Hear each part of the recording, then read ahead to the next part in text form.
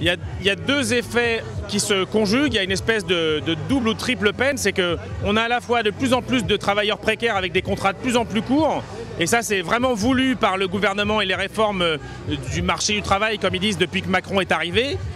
Encourager soi-disant l'emploi, mais en fait de l'emploi précaire. Changer les règles de l'assurance chômage et donc du coup encore faire perdre des droits, soit totalement en haussant le seuil ou en changeant le mode de calcul. Et en plus il y a un lien avec la retraite parce qu'il y a un troisième coup de fusil. Si on n'a plus de chômage indemnisé, on n'a pas de droit à la retraite plus tard.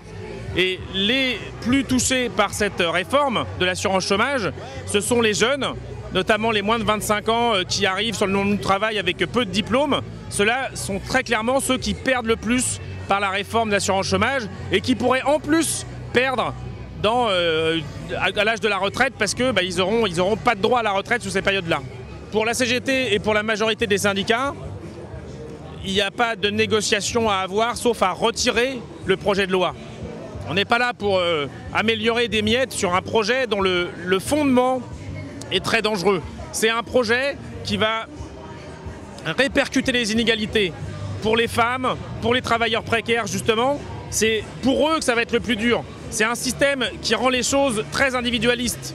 Donc ceux qui ont travaillé toute leur vie sans avoir de période de chômage ou de période de maternité, ils perdront peut-être moins que ceux qui ont connu des périodes de chômage, des périodes de précarité, des périodes compliquées, des périodes de salaire très bas ou de salaire à temps partiel par exemple, qui sont à 9 fois sur 10 les temps partiels subis par des femmes. La bonne solution, c'est une vraie politique de l'emploi. Les politiques qui sont menées en Europe par les gouvernements libéraux et par Macron en France, ce sont des politiques où on détruit les services publics, on détruit l'emploi.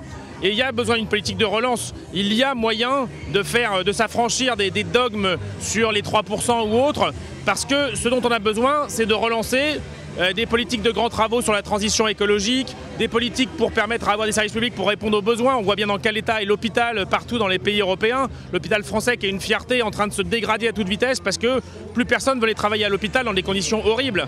Donc évidemment là il y a besoin d'embaucher. On peut embaucher 300 000 personnes dans la santé pour répondre à tous les besoins.